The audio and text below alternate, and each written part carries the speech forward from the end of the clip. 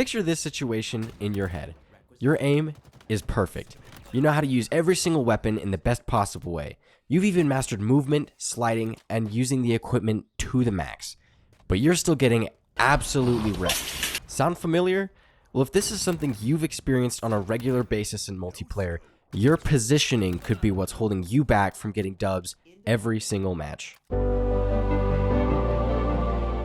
What's up guys, Legend here, and today we're going to discuss the keys to positioning in Halo Infinite. Now this is going to be more for solo players, as I won't really be covering rotations because most people end up playing solo, and rotations don't work that well without talking to a team. However, if you want to learn about rotations, then I suggest looking at Esports Pro gameplay or a breakdown video of rotations. Anyway, for those of you who don't know what positioning is basically putting yourself in a specific spot in the map that gives you the advantage in certain situations.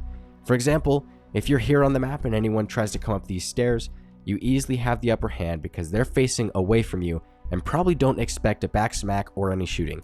However, you can't just sit here the whole game or else you probably won't get that many kills. You have to find a new position pretty much constantly because where the enemies are constantly changes, and that is where the keys to positioning comes in. To start off, let's look at how to position yourself in general for pretty much every map. So when it comes to advantage positioning in general, there are two things you need to ask yourself when looking for a good position. First, how does this spot give me the advantage? And second, where am I vulnerable in this position? For example, if I come up here, I can answer the first and say, alright, well this position gives me the high ground. I can see enemies that come in the middle and anyone who goes up there, and the moment they come out, they won't directly be facing me, so I can take the first shot. And then I can answer the second by saying, however, I'm vulnerable in this position because it's more in the open and I'm easily seen from that entire side of the map. It won't take too long until I'm discovered and shot from the sides either. Now doing this in every situation is just the basics of positioning. What's getting you killed is just running around the map thoughtless, not giving a crap where the frick you are, and getting teamed on. So now that you know what the basics are, let's get into how you can apply this tactic in different game modes and specific situations as well. First, let's talk about Slayer. Now Slayer is going to constantly rotate you around the map because there's no opposite team sides. The map will just spawn you wherever enemies aren't, whether that's on this side or this side. So in Slayer, you can't be picky with your positioning, you just have to deal with what you're given. Now we've talked about how to find a spot that gives you an advantage, but what about disadvantages? So let's say you're here on the map, and the next thing you know, there's two enemies here. One on the bridge and one on the ground. Off the bat, you're already at a disadvantage. This is where prime positioning comes in.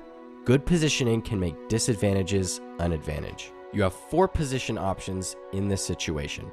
First is going out in the open and getting wrecked, which I wouldn't recommend. Second is dropping back and taking cover here, and hope for backup with the chance that the enemies could both eventually push up and kill you. Third is running back to the garage opening and turning the corner with the chance that you get shot and killed before you get to safety. And now for our 4th option, which is taking cover here, taking on the first guy, then dropping back here to take cover from the second guy, and eventually taking on the second guy yourself or with backup if they come to help. Though the 4th option seems risky and more elaborate, it's better than the previous 3 if you're confident in your aim skills, which makes it an example of prime positioning in a disadvantage. In the 4th option, you give yourself cover from the second guy and focus on the first, so you don't get teamed, which makes it a 1v1 instead of a 2v1.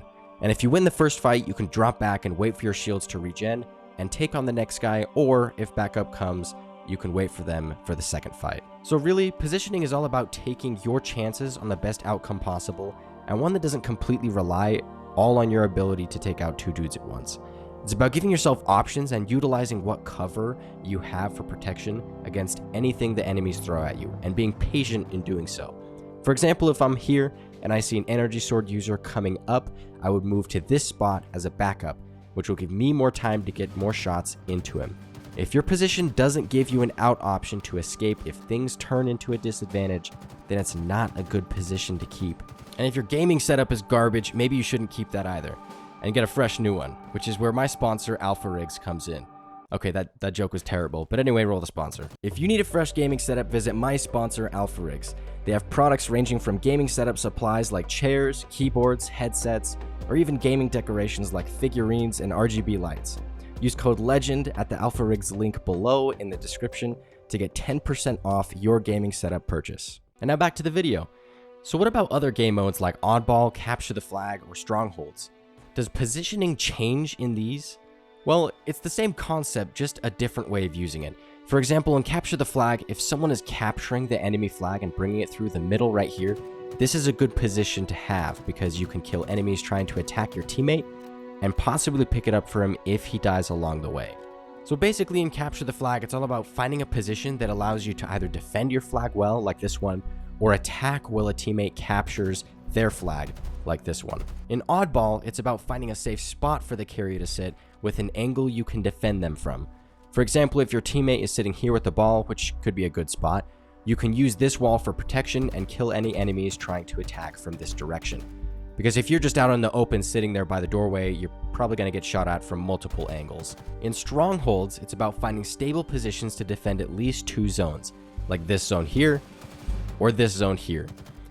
And also finding a good spot to kill enemies protecting their zone, like here.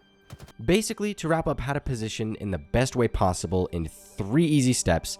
Number 1, always seek a position with an advantage, one that protects you and has low vulnerable angles where enemies can shoot you from. Number 2, check your vulnerable spots often and be aware of what's going on around you so you can escape into backup positions if possible. And number 3, keep in mind what the goal of the game mode is and what position would be best based on where the enemies might want to go to get the objective, whether that be the oddball, flag, or zone. And that wraps up the keys to positioning in Halo Infinite. I hope you guys enjoyed the video. Check out my second channel, Legend Clips, to see clips like this running riot and ranked. Thanks for watching, and I'll see you guys in the next one.